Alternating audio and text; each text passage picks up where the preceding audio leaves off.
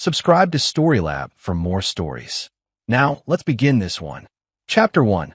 The Man Behind the Mask. Michael Henson had spent 16 years becoming a ghost. Not the Hollywood kind. No dramatic entrances or theatrical flourishes. Real operators disappeared into crowds, blended into backgrounds, became whoever they needed to be. Delta Force didn't make superheroes. It made survivors. At 38, Michael looked like any other contractor working construction sites around Atlanta. 6'1", lean muscle hidden under flannel shirts, hands calloused from legitimate work. The kind of guy who'd help you move furniture or fix your car. Nobody looked twice. That was the point. He'd retired from Delta 18 months ago. No dramatic exit, no fanfare. Just a quiet transition from classified operations in places that didn't exist on maps to a life where his biggest decision was what beer to order at the local bar. The nightmares came sometimes, Kabul, Mosul, Tripoli, but they were manageable, controllable. He'd trained his mind the same way he'd trained his body, to function under pressure, to compartmentalize, to survive. Then he met Francine Terry at a charity fundraiser for veterans. She was a pharmaceutical sales rep, 32, with auburn hair that caught the light and a smile that seemed genuine. She asked him about his service. Everyone did at those events, and he'd given his standard cover.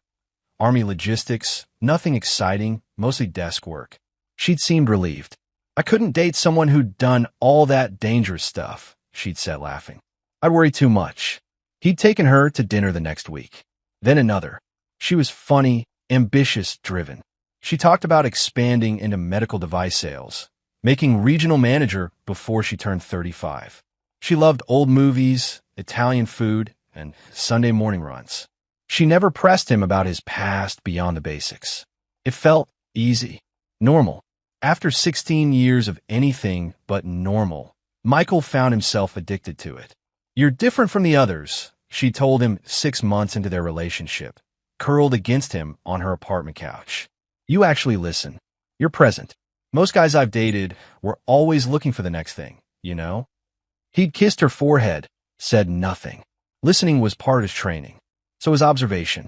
He'd noticed she was left-handed but wore her watch on her left wrist. Unusual. She always paid in cash when they went out, never cards. Her phone was encrypted with biometric security that seemed excessive for a sales rep. Small things. Interesting things. But everyone had quirks, right? The engagement happened 8 months ago. He proposed at Stone Mountain, during sunset, with a ring he'd saved 3 months for. She cried, said yes, called her mother immediately. The wedding planning started the next day. That's when Michael met Glenn Vasquez. Glenn was Francine's childhood friend from San Diego. They'd grown up in the same neighborhood, gone to the same high school. He was a financial consultant now, tall and handsome in that polished way that came from expensive gyms and good genetics. He flew in from California to meet Michael 2 weeks after the engagement. So you're the guy, Glenn said, shaking Michael's hand with a grip that tried too hard. Heard a lot about you. Hopefully good things, Michael replied, measuring the man. 6'3", athletic build, designer watch, confident posture. The kind of guy who was used to being the alpha in any room. She's crazy about you, Glenn said, and his smile didn't quite reach his eyes. Talks about you constantly. Says you're the real deal. They'd gone for drinks. Francine insisted the 2 most important men in her life should bond, and Glenn spent 3 hours subtly probing. What did Michael do? Where'd he grow up? What was his family like? Michael gave his standard civilian cover. Raised in Atlanta, parents retired to Florida, Army logistics for 12 years. He always shaved 4 years off, now working construction management. Interesting, Glenn said, swirling his whiskey. Francine said you met at a veterans thing. Must have been nice to talk to someone who understood that world. It was, Michael agreed, noting how Glenn's questions felt rehearsed. Professional. She's lucky, Glenn continued. A guy who's stable, present, safe. That's what she needs. Especially after, he stopped himself. After what? Michael asked. Glenn's smile turned apologetic. Nothing. Just past relationships. You know how it is. Michael did know, but the way Glenn said it felt wrong. Like a script with missing lines. Francine made Glenn the best man. He's been my rock through everything, she explained. All the bad relationships, career changes, family drama. I couldn't imagine anyone else standing up there. Michael had no family to speak of. His parents died in a car accident when he was 25, deployed overseas. His Delta teammates couldn't attend. Most were still active, and even the retired ones maintained distance. Operational security didn't end with retirement. So he asked Delmer Snyder, a Marine vet he befriended at the VA, to be his best man. Delmer was 52, gruff, with a prosthetic leg from Fallujah and a bullshit detector that rivaled Michael's. Something's off about that guy, Delmer said after meeting Glenn at the bachelor party. The friend. He looks at her weird. Weird how? Michael asked. Like she's a mission objective, not a person. Michael filed that away. Delmer had good instincts. The wedding planning continued. Francine wanted something intimate. 50 guests, a garden venue, a honeymoon in the Maldives. I've always dreamed of diving there, she said, showing him pictures of crystal clear water and coral reefs. The underwater visibility is supposed to be incredible. We could get certified and do night dives. Michael already had his diving certification, learned it in the Navy before Delta recruited him. But he didn't mention that. Sound perfect, he said instead. I'll take this certification course with you. They spent weekends learning together at a local dive shop. Francine was a natural, comfortable in the water, unafraid of depth. She joked about becoming a dive instructor someday, traveling the world. Glenn joined them for a few sessions when he visited. Got to make sure you two don't drown before the wedding, he'd said, laughing. Michael watched them in the water, watched how they communicated with hand signals like they'd done it before. How Francine checked Glenn's equipment with practiced familiarity. How Glenn always positioned himself between Michael and Francine during dives, subtle but deliberate. You're being paranoid, Michael told himself. But 16 years of staying alive meant trusting paranoia. Chapter 2. Threads Unraveling. The wedding was 3 weeks away when Michael's instincts kicked into overdrive. It started with a phone call. He came home early from a job site. They'd finished pouring concrete ahead of schedule and heard Francine's voice from the bedroom, low and intense. The door was cracked. Can't wait that long, she was saying. The timing has to be perfect. If we mess this up, Michael moved silently down the hallway. Years of training made him quieter than most people breathing. I know the risks, Francine continued, but the payout is worth it. Once it's done, we're set. You meet everyone involved. A pause. No, he doesn't suspect anything. He's exactly what we needed, trusting, simple, completely off the grid from his past. Perfect. Michael's hand was on his phone, ready to record, when Francine's voice softened. I love you too. See you at the wedding. She emerged 60 seconds later, smile bright. Hey, you're home early. How was work? Good, Michael said, matching her energy. Finished ahead of schedule. Who are you talking to? My mother, Francine said without hesitation. Wedding stuff. She's driving me crazy about the flower arrangements. Michael had met Francine's mother twice. The woman was deaf in one ear and yelled everything. The voice on the phone had been male. Want to grab dinner? Francine asked. There's that new Thai place you want to try. They went to dinner. Michael smiled, laughed, played the role of excited groom. Inside, his operator's mind was working, analyzing, planning. When Francine went to the bathroom, he checked her phone. She'd left it on the table, unlocked. The recent call showed Mom 3 minutes ago. He opened the contact. The number didn't match the number he had for Francine's mother in his own phone. He took a photo of the number with his phone, deleted the action from her recent apps list. 2 minutes, start to finish. She returned before the bread arrived. That night, Michael ran the number through databases he still had access to. Retirement didn't mean all his clearances evaporated, especially for personal security concerns. The number traced to a burner phone, registered in Nevada. Dead end. But the call duration was 23 minutes. Long conversation with Mom about flowers. He started watching differently. Not suspiciously. Suspicion was emotional. This was professional observation. Francine left for a sales conference in Charlotte the next week. Her social media showed conference photos, boring ballrooms, vendor booths, chicken dinners. But Michael noticed the metadata on one photo. GPS coordinates placed it in Asheville, not Charlotte. 2 hours away. He drove to Asheville on a hunch. Found her car parked outside a luxury rental property in the mountains.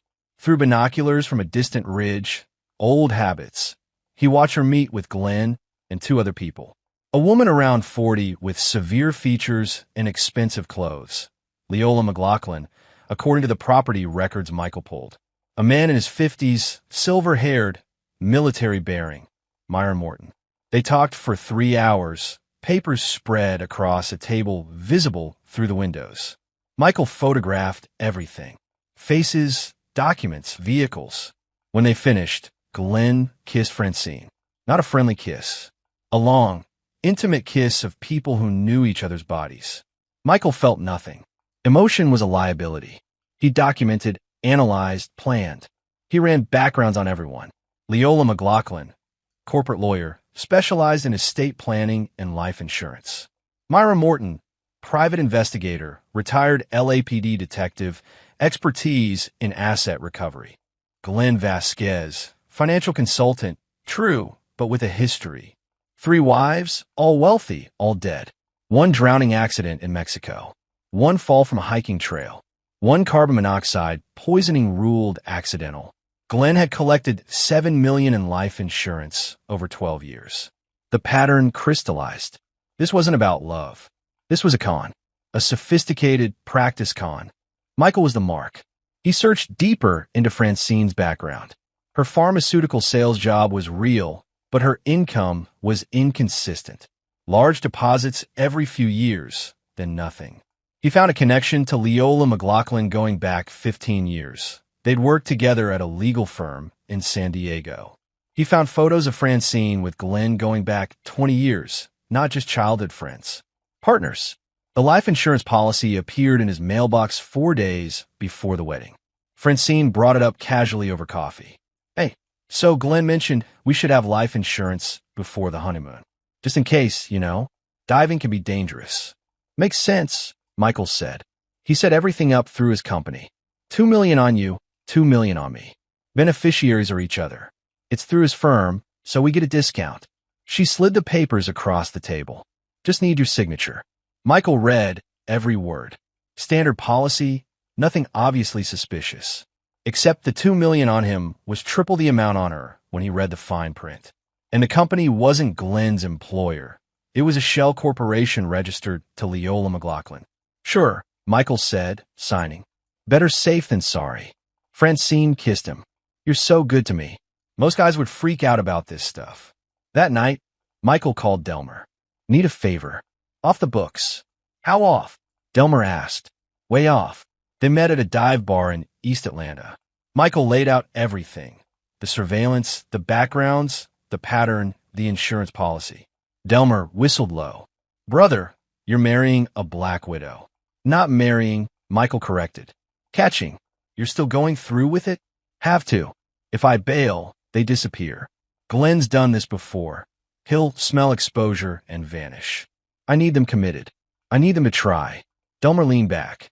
You want them to attempt to kill you. I want them to think they have. Then I want them to pay. This is insane. This is necessary. These people have killed before. They'll kill again. I stopped them here, but they do it to someone else. Michael met his friend's eyes. I need backup. Someone who can document everything. Be my witness. You in? Delmer was quiet for a long moment. Then, hell yes. These bastards try to play a Delta operator. They should have done better research. Chapter 3. The Perfect Groom. The wedding day was perfect. Sunny, 72 degrees, light breeze. The garden venue looked like something from a magazine. White chairs, flower arches, string lights waiting for evening. 50 guests, mostly Francine's family and friends. Michael's side was sparse. Delmer, a few VA buddies, some guys from the construction company. Michael stood at the altar in his rented tux, watching guests arrive. He'd spent the night before preparing, running through scenarios. He'd checked his equipment, small, waterproof recording devices he'd kept from his Delta days, GPS tracker embedded in his wedding ring, emergency beacon modified to look like a dive watch. All illegal to possess as a civilian. All necessary Francine arrived 15 minutes late, traditional. She looked stunning in a lace dress, carrying white roses, her father walking her down the aisle. Michael watched her eyes. She was scanning the crowd, looking for someone. Glenn stood beside Michael as best man, smiling like a proud friend. The ceremony started. The officiant spoke about love, commitment, partnership. Michael repeated his vows, meaning every word. Not the words about Francine, the word about protecting what mattered, standing firm, honoring truth. "I promise to stand by you," he said, looking into her eyes. "Through whatever comes. Through every challenge, every deception, every betrayal. I promise to see you clearly, for exactly who you are." Francine's smile flickered, just for a second. Then it returned, brilliant. "I promise to love you forever," she said. "Through every adventure, every new experience. Until death do us part." Glenn shifted behind Michael. Subtle, anticipatory. "You may kiss the bride," the officiant said. Michael kissed her, tasted champagne and mint and lies. Pulled back, smiled. The reception was choreographed chaos. Dinner, toasts, dancing. Glenn's toast was eloquent. "To my oldest friend and her new husband. May your love be eternal. May your adventures be incredible, and may you both find exactly what you're looking for." Coded message. Michael caught it. So did Leola McLaughlin, sitting at table 7, watching with predator's eyes. Michael danced with Francine, held her close, whispered, "I can't wait for the Maldives. Just you, me, and the ocean. Night, diving under the stars," she whispered back. "It'll be magical." "Magical," Michael agreed. He found a moment alone with Delmer by the bar. "Recording devices are in my luggage. GPS beacon in my ring. If I don't check in every 12 hours, you contact Huey Stanley at FBI Field Office, Atlanta. Give him everything." "Why Stanley?" Delmer asked. "Because he owes me his life." Tycrit, 2009. "He'll believe you." Delmer gripped Michael's shoulder. "Come back, brother." "I will. With evidence." The reception ended. Francine threw her bouquet. One of her cousins caught it. They left in a shower of rice and cheers, heading to a hotel for the night before their morning flight to Malé, Maldives. In the hotel room, Francine initiated sex. Michael obliged, performing, compartmentalizing. She fell asleep afterward, satisfied. He lay awake, staring at the ceiling, running through scenarios. She stirred around 3 a.m., reaching for her phone. Michael watched through slitted eyes as she typed a message, then deleted it. The screen glow illuminated her face. No softness, no love. Just calculation. He'd married a killer.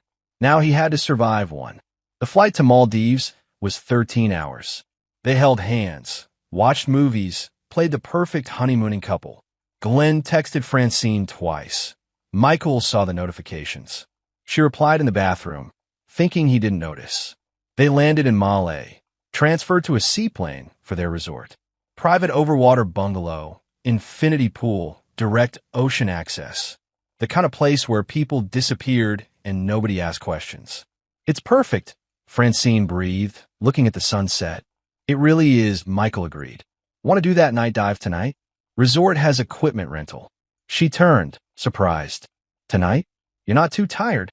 "I've been thinking about diving with you all day. Under the stars, just us." He pulled her close.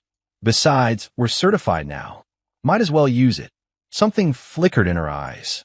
Calculation. Then, "Let me check if Glenn wants to join. He texted earlier. His hotel is 20 minutes away. He came out here to do some diving too." "Coincidence, right?" "Sure," Michael said. "The more the merrier." She texted. Response came immediately. "Glenn says he'd love to. He'll bring his gear." "Perfect," Michael said. He went to set up their diving equipment while Francine showered. The resort provided quality gear, BCDs, regulators, tanks, weights. Michael checked everything twice, then subtly sabotaged nothing. He wanted them to try, needed them to commit. But he did 3 things. First, he attached a small camera to his BCD, hidden in a waterproof pouch. Second, he activated the GPS beacon in his ring. Third, he swapped his standard air tank for one with a higher-than-normal oxygen mix, nitrox 32. Longer bottom time, clearer head, better odds. Glenn arrived as sunset turned to twilight. He had his own gear, expensive professional. Ready for some adventure? He asked, that practiced smile in place. Absolutely, Michael said. Francine said you're an experienced diver. 10 years, Glenn said. Done night dives all over the world. You picked a good spot. The reef here is spectacular. They geared up on the bungalow's deck. Francine emerged in her wetsuit, looking nervous. You sure about this? Night, diving on our first day. Live dangerously, Glenn said, checking her equipment. His hands lingered on her BCD straps, adjusting. Intimate. Familiar. Michael watched. Said nothing. They entered the water as the last light died. Flashlights illuminated schools of fish, coral formations, the infinite blue-black of deep ocean. They descended to 60 feet, deep enough for nitrogen narcosis to affect judgment if you weren't careful. Deep enough for accidents to be fatal. Michael maintained position, watching his air gauge, his depth, his surroundings. But mostly watching Glenn. Glenn swam close to Francine, pointing out reef features, playing the experience guide. They moved deeper, away from the resort lights. 100 feet, 120, deeper than recreational diving recommended. Michael's training kept him calm. His nitrox mix kept him sharp. He saw Glenn's signal to Francine. Wait here. She nodded. Glenn swam toward Michael, reaching for his own dive knife. Michael let him get close. Let Glenn think he was distracted, looking at coral. Let him commit. The knife came out. Glenn lunged. Michael moved. Not fast, precise. Caught Glenn's wrist, twisted. The knife tumbled into darkness. Glenn's eyes went wide behind his mask. Michael had held his breath for 7 minutes in training. For missions. For survival. The human body could do incredible things when properly trained. He pulled Glenn's regulator from his mouth. Watched the man panic, thrash. Reached for his own backup regulator, offered it. Glenn grabbed desperately. Michael let him breathe once. Twice. Then pulled it away. Glenn fought. Strong, athletic, desperate. But he wasn't trained. Wasn't prepared. Michael controlled him like a child, using minimal effort, waiting. When Glenn's movement slowed, Michael zip-tied his hands behind his back. Plastic ties, waterproof, unbreakable. He'd carried them in his BCD pocket. Reinserted Glenn's regulator, secured it with a backup strap. Glenn could breathe. He just couldn't move. Couldn't surface. Couldn't escape. Michael checked his dive computer. For minutes of depth, Glenn's tank would last maybe 30 minutes at his panic-induced consumption rate. Francine appeared, flashing her light. She saw Glenn restrained, and her body language changed instantly. No more loving wife. She reached for her own knife. Michael already had his MK3 combat knife, military issue, hidden in his BCD. He didn't threaten, just showed it. Showed her his calm, controlled breathing. His experience. She understood. This wasn't a construction worker. This was something else. Her eyes met his behind her mask. Recognition. Fear. Michael pointed up. Surface. Slowly. Safely. Or we all die here. She nodded, knowing she had no choice. They ascended together, slowly, following safety protocols. Glenn between them, secured, breathing, terrified. They surfaced 200 yards from the resort. Far enough to be invisible. Close enough for Michael's plan. He pulled both their regulators. Let them tread water, gasping. Michael, Francine started. Quiet, he said. His voice was different now. Not gentle. Not kind. Operational. I know everything. I've known for weeks. The phone calls. The meetings. Leola McLaughlin. Myra Morton. Glenn's 3 dead wives. The insurance policy. I documented everything. Glenn's face drained white. You can't. I can. I did. I have recordings, photographs, financial records. Enough to send all of you to prison for decades. Conspiracy to commit murder. Insurance fraud. 3 counts of homicide for Glenn. Francine was crying. Real tears for once. We weren't going to. You were going to kill me tonight. Make it look like a diving accident. Drowning. Glenn would try to save me, but tragically fail. You'd collect $2 million, disappear with him, and find your next mark. Michael's voice was ice. I've seen your pattern. You're practiced. You're efficient. You've probably killed more than just Glenn's wives. The silence was admission. So here's what happens now, Michael continued. You swim back to shore. You pack your things. You disappear from my life forever. Or I make one phone call, and FBI Special Agent Huey Stanley has everything I've collected. Everything. You'll spend the rest of your lives in federal prison. You're letting us go? Glenn asked, disbelieving. No, Michael said. I'm letting you run. There's a difference. He reached into his BCD, pulled out a waterproof pouch. Inside, passports, credit cards, cash. Their emergency escape kit. He'd found it in Francine's luggage. You'll want these. Clock's ticking. You have 12 hours before Stanley gets the call. Francine grabbed the pouch, still crying. Michael, don't, he said. Don't pretend. Not now. Just run. He watched them swim toward shore. Watched them drag themselves onto the beach, collapse, then run toward their bungalow. Michael floated alone in the dark ocean, stars above, recording device in his pocket capturing everything. He wasn't done.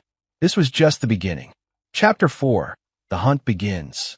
Michael returned to his bungalow an hour later, walking casually through the resort like nothing happened. His wet suit was dry. He'd stayed in the water long enough to let it air dry in the warm night. The gear was meticulously stowed. To anyone watching, he was just a solo diver returning from a night excursion. Francine and Glenn were gone. The bungalow showed signs of hasty packing. Drawers left open, towels on the floor, her makeup scattered across the bathroom counter. They'd run exactly as he'd predicted, but they hadn't run far. Michael's operator instincts told him that. These were professionals. They wouldn't panic run like amateurs. They'd regroup, assess, counterattack. He activated his phone, opened the tracking app he'd secretly installed on Francine's cell during wedding prep. The signal pinged from a hotel in Maule, the main island, 23 minutes away by boat. They'd gone aground, probably calling Leola McLaughlin and Myra Morton right now, trying to figure out their next move. Good. Michael wanted them off balance, but not disappeared. He called Delmer using an encrypted line. Phase 1 complete. You alive? Delmer's voice was tight. Very. They took the bait. Try to kill me underwater, exactly as predicted. I've got video evidence. They're currently at the Paradise Hotel in Maule, probably planning their next move. What do you need? Time. Keep Stanley on standby, but don't trigger him yet. I want to see what they do. This is risky, brother. It's calculated. These people are smart. They've done this before. If I just turn them over to the FBI, Leola and Myron will slip away. I need them to expose themselves, reveal the whole network. Delmer was quiet. Then how long? 72 hours. If you don't hear from me, trigger Stanley. Michael hung up and began his own packing. Not running, hunting. He changed into civilian clothes, dark and nondescript, and took a water taxi to Maule. The city was small, dense, easy to navigate. The Paradise Hotel was a mid-tier business establishment, exactly where temporary residents would go to avoid attention. He didn't approach directly. Instead, he found a cafe across the street with outdoor seating and good sight lines. Ordered coffee. Watched. At 2:47 a.m., Glenn emerged. He was on his phone, agitated, gesturing. Michael couldn't hear the conversation, but didn't need to. Body language told the story. Panic, anger, desperation. Glenn was arguing with someone who wouldn't be argued with. A black SUV pulled up 15 minutes later. Two people emerged. Leola McLaughlin and Myra Morton. They looked calm, professional, annoyed. The kind of annoyance that came from dealing with failure. Michael took photos with a telephoto lens. Documented everything. They went inside. Michael waited 30 minutes, then made his move. The Paradise Hotel had minimal security, typical for Maldives, where violent crime was rare. Michael bypassed the front desk entirely, using a service in trance he'd identified during his observation. Moved through the hallways like smoke, using his training. Slow, controlled breathing, soft footfalls, always aware of sight lines and exit routes. Room 314. He heard voices through the door, raised, angry. Glenn's voice told you he was just a construction worker. 16 years in Delta Force, and you didn't know. Michael's eyebrows rose. They'd done research. Fast research. Myron Morton's voice, gravelly and annoyed. Your reconnaissance was incomplete. That's on you. Now we have a trained killer who knows everything.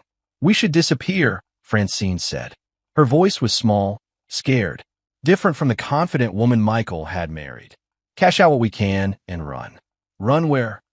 Leola's voice was cold, precise. He has evidence. Evidence that implicates all of us. If we run, he'll trigger law enforcement. We'll be fugitives. That's not sustainable. So what do you suggest? Glenn snapped. We eliminate the problem, Leola said simply. Permanently. Michael Henson needs to die. Tonight. Before he can transmit anything. Michael smiled in the darkness. There it was. The full conspiracy, clearly stated, ready for recording. He's expecting that, Myron said. He's trained for it. We can't just walk up and shoot him. No, Leola agreed. But we can use leverage. Everyone has leverage. The question is finding his. Michael heard papers rustling. His service record is largely classified, Leola continued. But there are gaps. Missions that went sideways. Team members who died. And there's one name that keeps appearing in his psychological evaluations. Captain Alvin Blankenship. Michael's blood went cold. Who is he? Francine asked. Was, Myron corrected. Michael's commanding officer in Delta. Died during a hostage rescue in Afghanistan, 2017. Michael was there. The mission was classified, but Myron pulled some strings. Turns out Michael blames himself for Blankenship's death. Survivor's guilt, classic case. How does that help us? Glenn asked. Because Blankenship had a daughter, Leola said. Colette Levy. Lives in Austin, Texas. Works as a pediatric nurse. 29 years old, unmarried. Michael sends her money every month through an anonymous account. Has for 7 years. Michael's hands clenched. These people had found his one connection to his past. The one promise he'd made to Alvin as his CO died in his arms. Take care of Colette. Make sure she's okay. We take her, Leola said flatly. Bring her here. Use her as leverage to get the evidence. Once we have everything, we eliminate both of them. Make it look like a tragedy, murder-suicide, lovers pact, something romantic. The Maldives authorities won't investigate deeply. That's insane, Francine said. Kidnapping across international borders. We have resources, Leola interrupted. Myron has contacts in customs.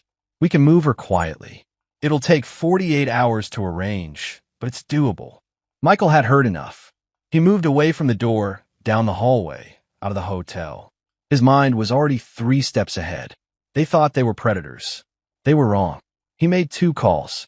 First to Delmer. They're targeting Colette Levy in Austin. Contact Huey Stanley now. I need immediate protective custody on her. No questions asked. Tell him it's life or death. My marker gets called in. On it, Delmer said. Second call to a number he hadn't dialed in 18 months. His old team leader at Delta, Kenneth Hudson, now retired and running security consultations. Henson, Kenneth answered, voice gruff. Thought you were done with this life. So did I. I need a favor. Name it. I need to borrow some equipment. The kind that doesn't exist. And I need it in Maldives in 12 hours. Kenneth was quiet. This official. Personal. But righteous. That's all I needed to hear. What do you need? Michael listed items. Surveillance tech, tactical gear, communication equipment. Nothing lethal. He didn't need weapons. Just tools. I'll have it dropped at your location by 1400 tomorrow, Kenneth said. There's a cargo helicopter that runs supplies to the resorts. Your package will be marked diving equipment. Don't make me regret this. I won't. Thanks, Ken. Ensign, whatever you're doing, do it clean. No bodies that can't be explained. That's the plan. Michael returned to his bungalow as dawn broke. He had 12 hours before his equipment arrived. Time to prepare the battlefield. He started with the digital front. Using his encrypted laptop, he compiled everything. Surveillance photos, financial records, background reports, video from the underwater attempt. He created redundant backups, stored across multiple secure cloud servers with deadman switches. If he didn't check in every 24 hours, everything would automatically transmit to FBI local authorities, and major news outlets. Then he began planning. Not revenge, justice. These people had killed before, would kill again. They targeted Colette, crossed the line from fraud into kidnapping. They made it personal. Big mistake. Michael pulled up architectural plans for the Paradise Hotel, publicly available for emergency services. Studied exits, utility access, roof access. Then he mapped the surrounding area. Alleys, boat docks, warehouse districts. He identified 3 potential locations where they might take him if they managed to capture him. Abandoned warehouses near the port, a construction site on the island's edge, a decommissioned resort building awaiting renovation. He marked each location, planned responses. His phone buzzed. Text from an unknown number. We need to talk. Just you and me. No tricks. The coffee shop on Majidi Magu noon. Come alone or Colette Levy dies. Francine. She got a burner phone. Michael checked with Delmer. Status on Colette? Stanley moved fast. She's in FBI protective custody in Austin. Safe house, 2 agents. Nobody's getting near her. Good. They were bluffing. But Michael texted back anyway. I'll be there. He arrived at the coffee shop at 11:45, 15 minutes early. Scanned the location. 2 exits, kitchen entrance, large windows, crowded interior. Good civilian coverage. They wouldn't try anything violent here. Francine arrived at noon exactly. She looked exhausted, makeup imperfect, hair disheveled. For the first time since he'd known her, she looked human. She sat across from him, ordered nothing. I didn't want this to happen, she said quietly. Which part? Michael asked. The part where you seduced me, made me fall in love with you, and plan my murder? Or the part where it failed? She flinched. You don't understand. I understand exactly. You're a con artist. Glenn's your partner. You target lonely men, marry them, kill them, collect insurance. You've been doing it for years. This time you chose wrong. Glenn is my brother, she said. Michael blinked. He hadn't seen that coming. Half-brother, Francine continued. Same father, different mothers. Our dad was a con man, taught us everything. When he died, we needed money. Glenn had the looks, I had the empathy. We became a team. She met his eyes. We've done this 8 times. You would have been number 9. And the others? Leola and Myron, partners. Leola handles the legal side, wills, insurance, making sure everything looks clean. Myron handles investigations, make sure we don't get caught. We split everything 4 ways. Efficient, Michael said coldly. Michael, I'm telling you this because I want out. Glenn and Leola want to kill you. Take Colette, clean up loose ends. But I don't. I can't. You. She looked away. You were different. You were kind. Real. I started having doubts months ago. Touching. You had doubts while signing my death warrant. I know. I'm a monster. I accept that. She slid a USB drive across the table. That's everything. Financial records, kill plans, all 8 previous victims with evidence. Enough to put everyone away forever. Michael looked at the drive. Why? Because I'm tired. Because Glenn's getting sloppy, dangerous. Because Leola and Myron are planning to cut us out anyway. I heard them talking last night. Because she swallowed. Because you looked at me on our wedding day like I was worth something. Nobody's ever done that. Michael picked up a drive. This could be fake. A trap. It's not. Check it. You have the skills. She stood. I'm disappearing. Leaving the Maldives tonight. Glenn doesn't know. I'm taking my share of the money and vanishing. You'll never hear from me again. And the others? That's your problem now. I've given you what you need to destroy them. Do it. She paused. For what it's worth, I'm sorry. I really am. She walked away. Michael sat alone, holding the USB drive, mind racing. This changed everything. Or did it? Chapter 5. The Web Titans. Michael didn't trust Francine. Trust was a luxury he couldn't afford. But he'd verify her information. He returned to his bungalow and plugged the USB drive into an isolated laptop, one without network access, in case of malware. The files were extensive. Financial spreadsheets showing 8 kills over 12 years, each netted between $1 and $3 million. Names, dates, locations. Insurance policies, death certificates, forged documents. Photos of victims. All men, all middle-aged, all lonely. And something else, communications. Encrypted emails between the four conspirators going back 15 years. Plans, arguments, celebrations. One email from Myron Morton to Leola McLaughlin, dated 6 months ago.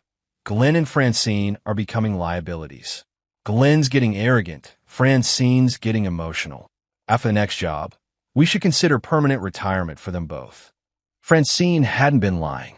They were planning to eliminate her and Glenn. Michael checked the metadata on all files. No tampering, no recent edits. This was authentic intelligence, a complete case file handed to him by one conspirator trying to save herself. He copied everything to his secure servers, then destroyed the USB drive. Evidence preserved, no loose ends. His equipment arrived at 2 p.m. as promised. A waterproof crate marked diving equipment, delivered by a board cargo worker. Inside, night vision goggles, tactical communication devices, a portable jamming unit, zip ties, surveillance drones, small, quiet, capable, and a non-lethal deterrent package, flashbangs, smoke grenades, tasers. Kenneth had included a note. No questions asked means no questions asked, but you owe me a steak dinner. Michael assembled his gear methodically. He wasn't planning a war, just a controlled operation. Capture, not kill. Evidence, not execution. His phone rang. Unknown number. Mr. Henson. Leola McLaughlin's voice was smooth, professional. We have a situation that requires discussion. I suggest we meet. Where? Michael asked. The abandoned resort on the Eastern Peninsula. You know the one. It's visible from your bungalow. Come alone at midnight. Bring the evidence you've collected. In exchange, we'll leave peacefully. Everyone walks away. And if I refuse, then this becomes very complicated for everyone involved. Your friend Delmer Snyder in Atlanta has a VA medical appointment tomorrow at 9 a.m. He's a combat veteran with PTSD. It would be tragic if something happened during a triggered episode. Mentally unstable veteran, access to firearms. These stories practically write themselves. Michael's voice stayed flat. You're threatening my friends now.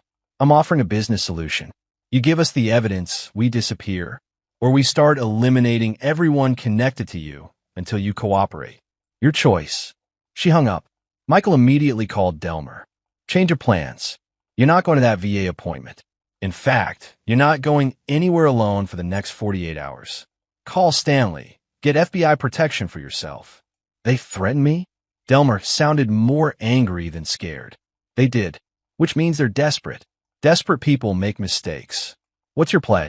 I'm going to that meeting, but not the way they expect. Michael spent the afternoon preparing. He flew one of his surveillance drones to the abandoned resort, mapping the entire structure. 3 buildings, partially demolished, surrounded by jungle overgrowth. Multiple entry points, dozens of hiding spots. The perfect location for an ambush. They'd expect him to come through the main entrance. He wouldn't.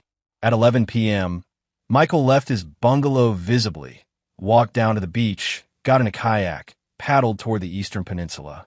Anyone watching would see a man heading to a meeting alone, possibly armed, definitely nervous. But 200 yards from shore, Michael rolled out of the kayak underwater, using his diving gear. The kayak continued drifting toward the peninsula on the current, empty. He swam parallel to the shore, surfacing a quarter-mile north of the abandoned resort, then approached through the jungle. Night vision goggles turned darkness into green-lit clarity. He moved silently, scanning for heat signatures. Found 3, 2 in a main building, 1 on the roof with what looked like a rifle. Sniper. They were planning to kill him, not negotiate. Michael circled wide, approaching from an unexpected angle. He deployed a small drone, sending it through a broken window to scout the interior. The video feed showed Leola McLaughlin and Myron Morton in what used to be the resort lobby, now a gutted concrete shell. Myron was armed, pistol in a shoulder holster. Leola held a tablet, probably displaying Michael's expected approach. The sniper on the roof was Glenn, visible through the drone's thermal camera, positioned with clear sight lines to the main entrance. They were professionals, but they weren't operators. Michael activated his jamming unit, a localized electromagnetic pulse that disabled their communications and electronics within a 100-yard radius. Leola's tablet went dead. Glenn's scope, if it had electronic features, would malfunction. Their coordination would collapse. He moved fast after that. First, Glenn. Michael climbed the exterior of the building. Handholds were easy to find in the degraded structure, and came up behind the sniper position. Glenn was focused on the main approach, scanning through backup iron sights since his electronics died. Michael put him down with a sleeper hold learned in combatives training. 7 seconds, properly applied pressure to the carotid, and Glenn was unconscious. Michael zip-tied his hands and feet, gagged him with duct tape, then disabled his rifle. Glenn would wake up in 20 minutes, helpless. Next, Myron. Michael descended through the building, moving floor by floor, silent as death. He found Myron on the second floor, now trying to use a flashlight since the tablet died, confused and calling for Glenn. Glenn, respond. Myron hissed into his radio. Dead air. Michael appeared behind him like a ghost. He's not going to answer. Myron spun, drawing his pistol. Michael disarmed him in 2 moves, deflect, trap, strip, and had him on the ground in 3. Zip ties, gag secured. Myron fought, tried to yell through the gag, but Michael was methodical. No emotion, no mercy, no waste. Finally, Leola. She was smart. She'd heard the sounds of struggle, realized the ambush had failed, and was trying to escape through a rear exit. Michael intercepted her in the stairwell. She had a small pistol, fired once. The round went wide. Civilian marksmanship in darkness and panic. Michael closed the distance, disarmed her, secured her. 3 targets, 12 minutes, 0 casualties. Clean operation. He dragged all 3 to the lobby, propped them against the wall, removed their gags. You're insane, Leola spat. I'm careful, Michael corrected. He set up a portable light, illuminating their faces. Here's what happens now. I have everything. All the evidence Francine gave me, plus video of you planning my assassination tonight. You're done. You can't prove anything, Myron growled. I can prove 8 murders. I can prove conspiracy to commit murder tonight. I have financial records, communications, witness testimony. Michael pulled out his phone, showed them the compiled evidence on screen. I have enough to put all 3 of you away for life. Glenn was awake now, eyes wide with fear. What do you want? Justice, Michael said simply. But I'll settle for information. Who else is involved? How big is your network? Silence. Michael sighed. Let me rephrase. I know you're part of a larger operation. Francine mentioned you've done this with other teams. I want names, locations, contacts, everyone involved in your little murder-for-hire insurance scheme. We're not giving you anything, Leola said. Then you go to prison with what I have. But if you cooperate, I'll make a deal. You testify against the network. You get reduced sentences. Life in prison versus maybe 20 years with parole. Your choice. Myron laughed bitterly. You think you can just hand us over to authorities here? The Maldives don't have extradition for this. We'll be deported at worst. I'm not handing you to Maldives authorities, Michael said. I'm handing you to FBI Special Agent Huey Stanley. He's been briefed on everything. He's currently on a plane from Atlanta with an FBI team and State Department clearance. They'll be here in 6 hours. You're going back to the United States to face federal charges. That changed everything. Michael saw it in their faces, the realization that he'd outplayed them completely. Ow, Leola whispered. Because I planned this from the moment I heard your conspiracy. Because I'm not a construction worker who got lucky. I'm a Delta Force operator who spent 16 years staying alive in situations worse than this. Because you thought you were hunting a mark, but you were always the prey. He pulled out a recording device, set it on the floor between them. So, let's talk about your network. Start with names. They talked. For 3 hours, they talked. Named 17 other conspirators across 5 states, running similar operations. Some targeting wealthy widows, some targeting veterans with PTSD and disability benefits, some running insurance fraud at larger scales. Michael recorded everything. At 5:47 a.m., headlights appeared through the windows. FBI vehicles, escorted by Maldivian police, courtesy of State Department arrangements. Huey Stanley emerged, flanked by agents, looking exactly like Michael remembered, stocky, determined, with the face of a man who'd seen too much. "Ensign," Stanley said, gripping Michael's hand. "I owe you my life. But this," he gestured at the three secured conspirators, "this makes us even. Just get them home," Michael said, "and use the information they gave to roll up the whole network. Already on it. We got teams moving on the others as we speak. By nightfall, we'll have arrested 23 people involved in this conspiracy. It's going to be the biggest insurance fraud bust in FBI history." Stanley looked at Michael carefully. "You could have killed them. Most guys with your training, your background, they would have." "I'm not most guys," Michael said. "I wanted justice, not revenge." Stanley smiled. "That's why I'm not asking too many questions about your methods. Official report will say you infiltrated their operation, gathered evidence, and contacted FBI for support. Clean and legal. Appreciate it." They watched as FBI agents loaded Leola, Myron, and Glenn into vehicles. Glenn looked broken. Myron looked defeated. Leola looked furious. None of them looked at Michael. "What about the wife?" Stanley asked. "Francine Terry?" "Gone," Michael said. "Disappeared. She gave you the initial evidence, then vanished. I have her on record confessing to 8 murders. If she surfaces anywhere, you'll know." Stanley nodded. "We'll find her eventually. They always resurface." Michael wasn't sure about that. Francine was smart, trained, motivated. She might actually disappear successfully. Part of him hoped she did. Chapter 6: Unraveling Threads. Michael stayed in the Maldives for 3 more days while the FBI processed evidence and secured the crime scene. His bungalow became a makeshift operations center. Agents coming and going, depositions taken, paperwork signed. The resort management was confused but cooperative, especially after the State Department explained, vaguely, what had happened. Huey Stanley kept Michael updated. "We've arrested 19 of the 23 conspirators you identified. For our in the wind, including Francine. We've frozen their assets, alerted international authorities. They can run, but they can't hide forever." "Good enough," Michael said. "Is it?" Stanley asked. "You seem like a man who likes closure." Michael considered that. Did he want closure? Or did he just want to be done? "I got what I needed," he said finally. "They're stopped. They won't hurt anyone else." "That's enough." Stanley didn't look convinced, but he didn't push. "Fair enough. Your testimony will be needed for the trials, but that's months away. For now, you're free to go." "Oh," and he handed Michael an envelope.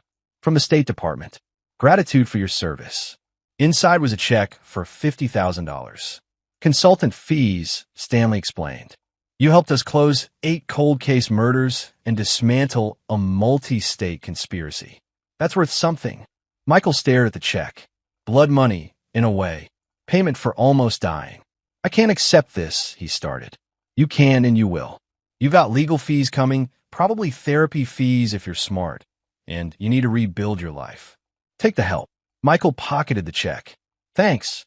"Thank you. Tikrit, 2009. You carry me 3 miles through hostile territory with a bullet in your leg. Saved my life. This barely starts to repay that." They shook hands. Warriors understanding. Michael flew back to Atlanta 5 days after the wedding that wasn't really a wedding. Delmer picked him up from the airport, gripped him in a bear hug. "You crazy bastard," Delmer said. "You actually pulled it off." "Team effort," Michael said. "Yeah, well, your team effort made national news. FBI dismantles multi-state insurance murder ring. You're a hero. I'm anonymous. Stanley kept my name out of it. Still, you stopped serial killers. That counts." They drove to Michael's apartment, a 1-bedroom in Decatur he'd rented when he retired, basic and functional. He'd never moved in properly, never really committed to civilian life. Now it felt like a tomb. "What now?" Delmer asked. "Good question." Michael had planned for the operation, planned for the confrontation, planned for justice. He hadn't planned for after. "I don't know," he admitted. "Well, while you figure it out, you've got a visitor." Delmer gestured to the apartment building's entrance. A woman stood there, late 20s, blonde, wearing scrubs. She looked nervous and determined in equal measure. Colette Levy, Alvin Blankenship's daughter. Michael's heart stopped. How did she? Stanley told her. Not everything, but enough. She wanted to meet you. Michael approached slowly. Colette watched him with her father's eyes, sharp, evaluating, missing nothing. Mr. Henson, she said. Michael. Please. Michael. She took a breath. Agent Stanley told me you saved my life. That people were planning to kidnap me, use me as leverage against you. He said you stopped them. I did what was necessary. He also told me you've been sending me money. Every month. For 7 years. Her voice cracked. Why? Michael swallowed hard. Your father was my commanding officer. He died during a mission in Afghanistan. I was there. His last words were, he stopped, composed himself. He asked me to take care of you. Make sure you were okay. So I did. Colette's eyes filled with tears. My dad talked about you. In his letters. He said you were the best operator he'd ever trained. He said if anything happened to him, you'd do the right thing. She wiped her eyes. Thank you. For keeping his promise. For protecting me. I'm sorry I couldn't save him, Michael said quietly. Agent Stanley said the mission was classified, but successful. You completed the objective. You got everyone else out alive. My dad will be proud of that. They talked for an hour. Michael told her about Alvin, the good parts, the funny stories, the leadership lessons. Colette told him about her nursing career, her life in Austin, how she'd always wondered about the anonymous monthly deposits. Will you stay in touch? She asked when they parted. I'd like to know the man my father trusted most. I'd like that, Michael said. She hugged him, unexpected, fierce. Thank you for everything. For then, for now, for all of it. She left. Michael stood in the parking lot, feeling something he hadn't felt in years. Connection. Purpose beyond survival. Delmer reappeared. You good? Getting there. Good. Because we need to talk about what's next. They went up to Michael's apartment. Delmer pulled out a folder. While you were playing International Spy, I did some digging. The construction company you worked for? They were impressed by your sabbatical explanation. They want you back as project manager. Better pay, better benefits. Michael shook his head. I don't think I can go back to construction. Not after this. Figured. So I found something else. Delmer opened the folder. Private Security Consulting. A firm in Atlanta that works with high-risk clients, executives, witnesses, vulnerable individuals. They need people with real-world experience. Former military, law enforcement, people who've actually done the job. Bodyguard work, protection, threat assessment, security planning. Legitimate work, good pay, using your skills. Delmer met his eyes. You're good at protecting people, brother. Really good. Maybe it's time to do it professionally. Michael looked at the information. The company was legitimate. Contracts with corporations, law firms, government agencies. The pay was solid. The work was meaningful. I'll think about it, he said. Don't think too long. Life's short. You almost got murdered by your wife. Time to live a little. Michael laughed. First real laugh in weeks. His phone buzzed. Text from an unknown number. I saw the news. You really did it. You stopped them. Thank you. I'm sorry for everything. You deserved better. F. Francine. Wherever she was watching. Michael deleted the text. Didn't respond. Some threads were better left hanging. He looked around his apartment. Empty, temporary, not really a home. Then he looked at the folder Delmer had given him. At the check from his State Department in his pocket. At the future, uncertain but possible. Yeah, he said to Delmer. Let's do it. Let's start something new. That's my guy, Delmer said, grinning. Chapter 7. New Foundations. 3 months later, Michael was standing in a corporate boardroom in downtown Atlanta, wearing a suit that still felt foreign, presenting a security assessment to 12 executives who looked varying degrees of scared and skeptical. Your current protocols have 17 critical vulnerabilities, he said, displaying his analysis on the screen. A determined attacker could exploit any of them within 72 hours. I've outlined remediation strategies for each, prioritized by risk level. The CEO, a woman in her 50s named Gwen Brennan, leaned forward.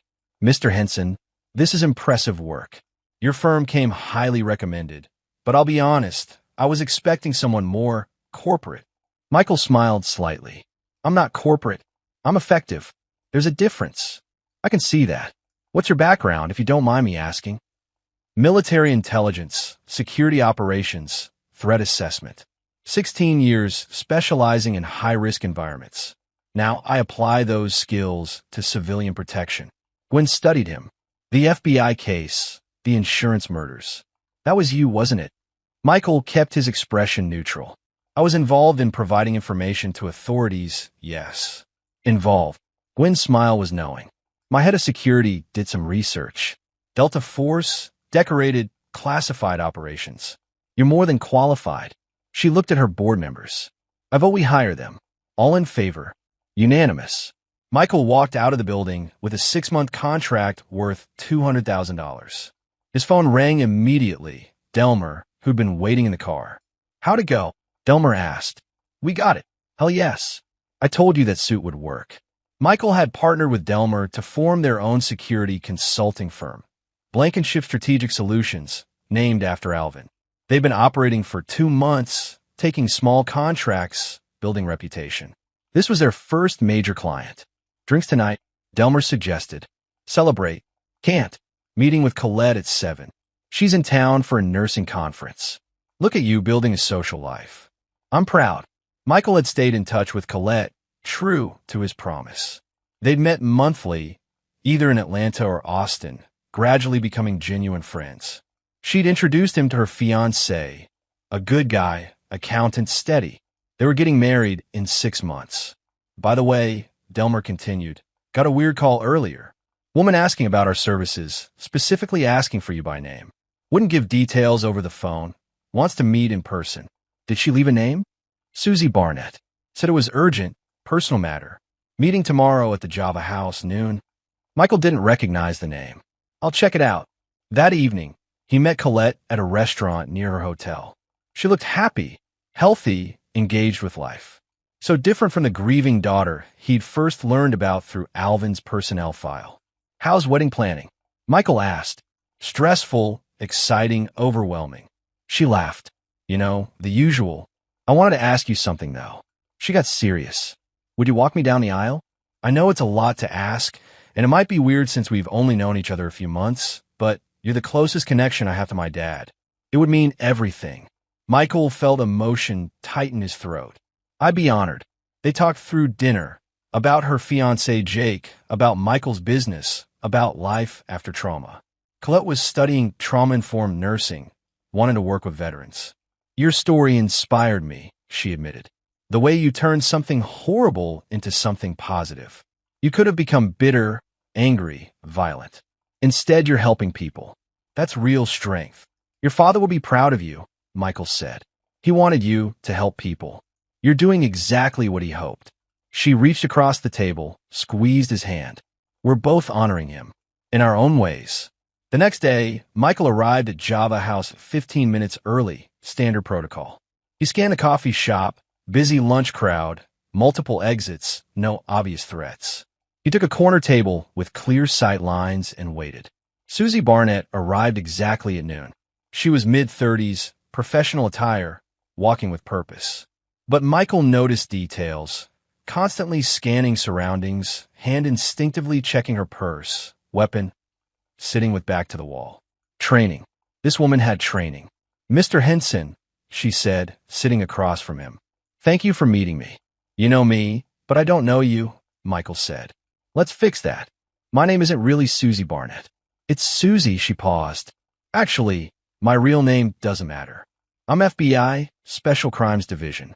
Currently undercover in an investigation that intersects with your past. She showed him credentials, real FBI identification, verified through the holographic features Michael knew to check. Special Agent Susie Barnett was her real name, at least according to the badge. I'm listening, Michael said. The insurance murder conspiracy you helped dismantle? It was bigger than we initially thought. We've arrested 19 conspirators, as you know, but we're finding connections to other criminal enterprises, money laundering, fraud networks, even some human trafficking connections. The whole thing is massive. And you need my help? We need Francine Terry. She's the key to the entire operation. She knows where the money went, who else is involved, and she has evidence we desperately need. But she's vanished. We've been tracking her for 3 months with no success. Susie leaned forward. But you know her better than anyone. You were married to her, however briefly. You understand how she thinks. Michael shook his head. I don't know her at all. Everything I thought I knew was a lie. Exactly. Which means you understand her method of deception. You saw through her performance. That makes you uniquely qualified to predict her next move. Why would I help you find her? She's gone. Let her stay gone. Because she's not just hiding, she's hunting. Susie pulled out a tablet, showed him surveillance photos. 2 weeks ago, someone matching her description was spotted in Chicago. 3 days later, a wealthy businessman was found dead in his hotel room. Apparent heart attack. But toxicology showed rare alkaloid poisoning, nearly undetectable. The man had just purchased a $2 million life insurance policy with his new girlfriend as beneficiary. The girlfriend disappeared. Michael studied the photos. The woman was blonde now, not auburn, but the bone structure was right. The posture, the way she held herself. Could be Francine. She's still running the con, he said. We think she's trying to score one big payday, then disappear permanently. We need to stop her before she kills again. Susie met his eyes. Will you help us? Michael was quiet. Part of him wanted to say no, wanted to leave this all behind. But another part, the operator part, the protector part, couldn't let a killer keep killing. What do you need? He asked. Consultation. Help us understand her patterns, predict her targets. We have a list of potential marks she might approach. If you can narrow it down, we can set up surveillance, catch her in the act. This stays contained, Michael said. My name doesn't go public. I'm a consultant, nothing more. Agreed. This is completely off book. Just you, me, and my team. Michael considered. His business was just getting started. He had clients to serve, a life to build. But Francine was killing people. He'd stopped her once. He could stop her again. Send me everything you have, he said. Case files, surveillance reports, potential targets. I'll review and get back to you in 48 hours. Susie smiled. Thank you. I know this isn't easy. Nothing worthwhile is. Chapter 8. The Ghost Returns. Michael spent 2 days analyzing everything the FBI had on Francine's movements. She was smart, careful, changing appearance and identities constantly. But patterns emerged. She targeted men between 40 and 60, successful but lonely, often divorced or widowed. She favored cities with transient populations, Chicago, Denver, Seattle. She moved quickly now, weeks instead of months, grabbing cash and running before authorities could respond. But she was making mistakes, small ones, using the same coffee shop chain in different cities, buying the same brand of burner phone.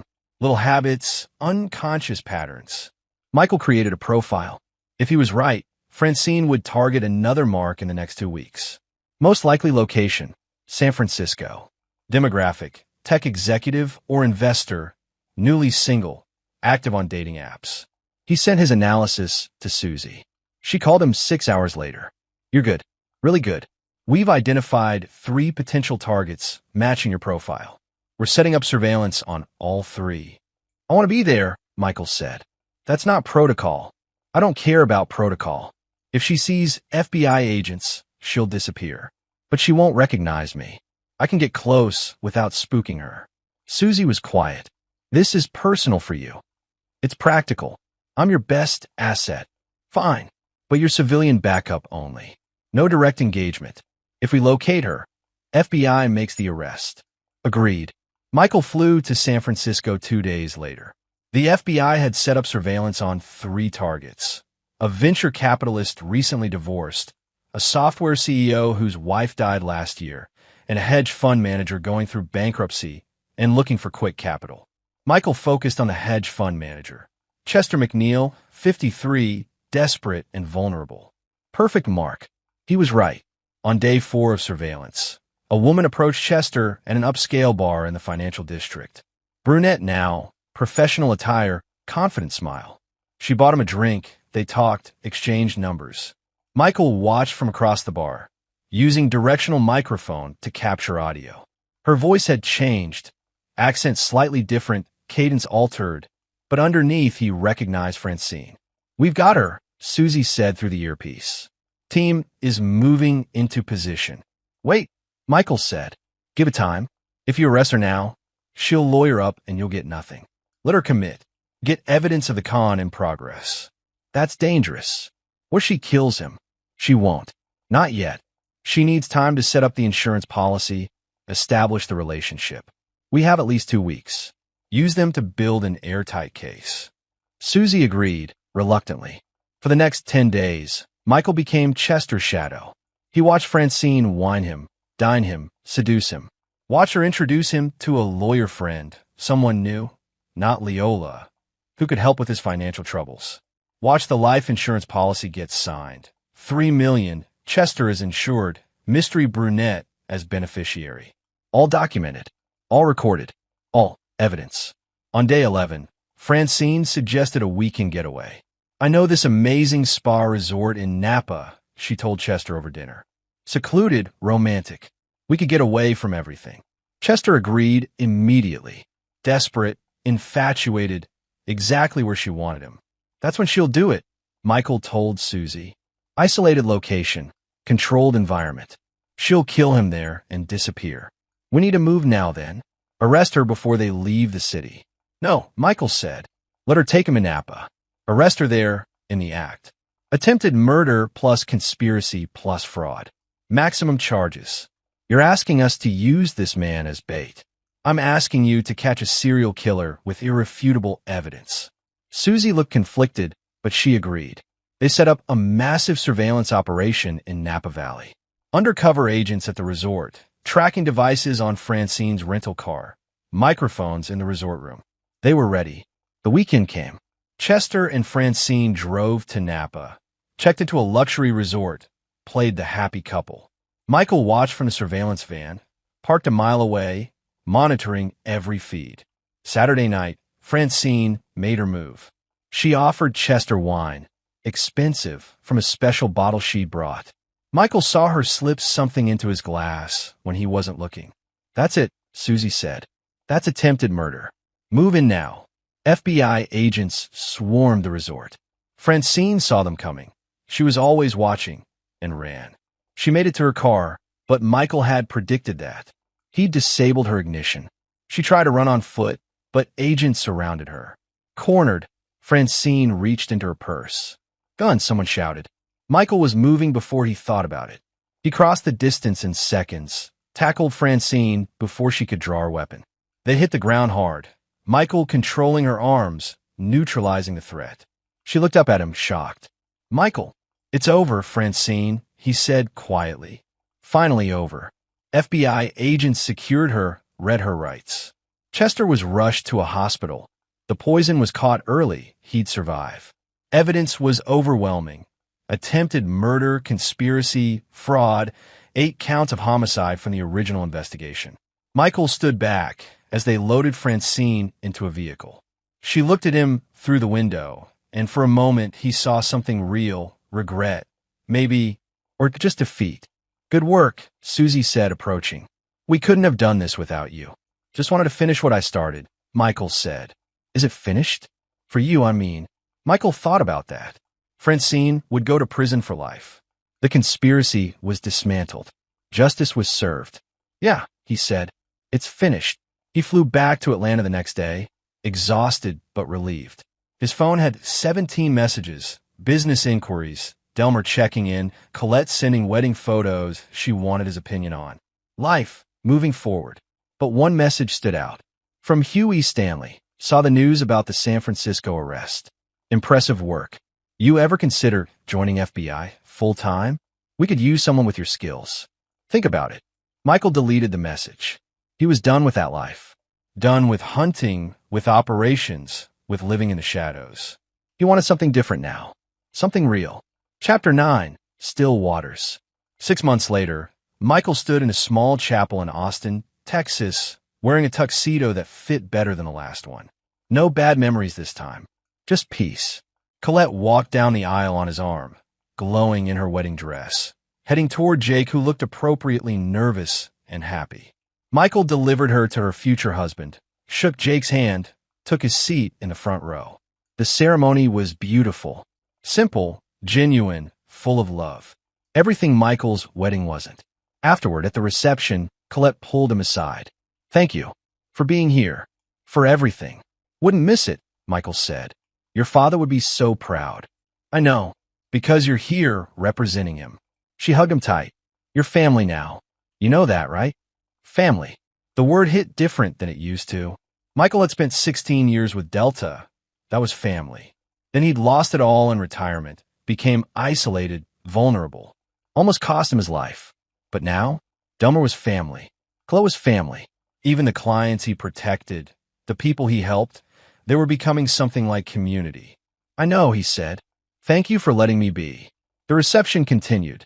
Dancing, toast, celebration. Michael found himself relaxed, genuinely happy. No threats to assess, no operations to plan. Just life happening naturally. Delmer appeared, handed him a beer. Look at you. Actual smile on your face. Character development. Shut up, Michael said, grinning. Seriously, though, the business is doing well. We've got 6 active contracts, 3 more pending. Word's getting around. People trust us. Trust you. That's good. More than good. It's meaningful. We're making a difference. Delmer clinked his beer against Michael's. To second chances. To new beginnings, Michael countered. They drank, watched Colette dance with Jake, watched life continue. Michael's phone buzzed. Text from Huey Stanley. Thought you'd want to know. Francine Terry was sentenced today. Life without parole, 8 consecutive life sentences. She'll never see the outside again. Justice served. Michael read it twice, then deleted it. That chapter was closed. His phone buzzed again immediately. Different number. Mr. Henson, my name is Dudley Macias. I'm a corporate attorney in New York. I have a client with a serious security threat, stalker situation, death threats. Authorities can't help. Your name came highly recommended. Can we talk? Michael looked at the message, then at the reception, then back at the message. This was his life now. Protecting people, helping people, using his skills for something good. He typed back, call my office Monday. We'll discuss. Michael Henson, Blankenship Strategic Solutions. He put his phone away, finished his beer, went to congratulate the bride and groom again. Across the room, he noticed a woman watching him. Mid-30s, elegant, professional.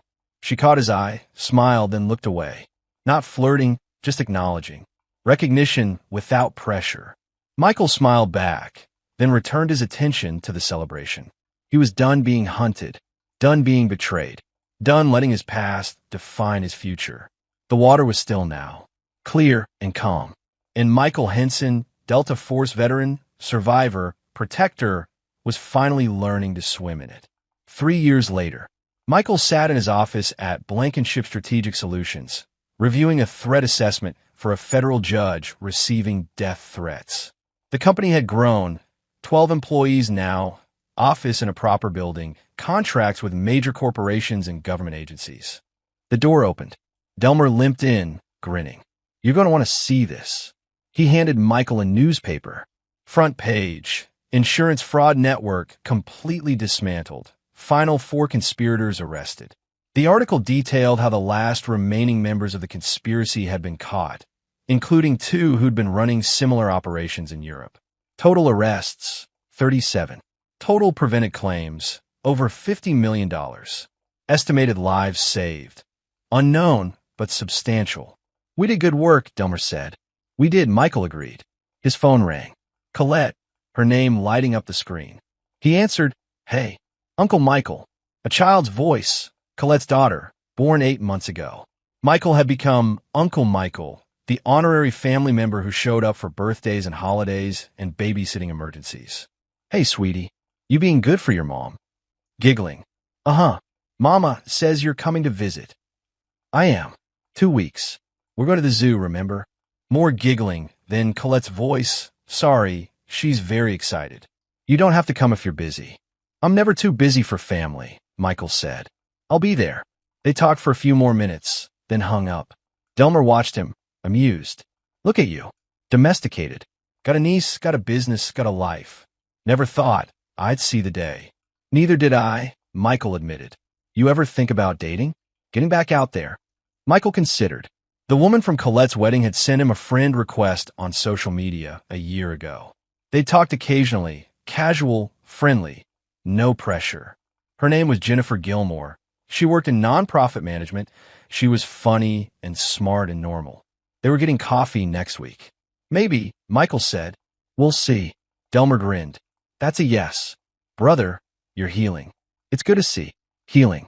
That was the word for it. Not fixed. Trauma didn't fix. But healing, growing, moving forward.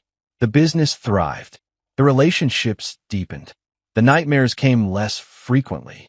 Michael had survived betrayal, survived attempted murder, survived the darkness that came after. He'd found justice without becoming a monster. He'd built something meaningful from the ashes of deception. The Delta Force training never left him. He was still vigilant, still aware, still capable of violence if necessary. But now he chose peace, chose protection over revenge, chose building over destroying. That evening, Michael locked up the office and drove home to his townhouse in Virginia Highland.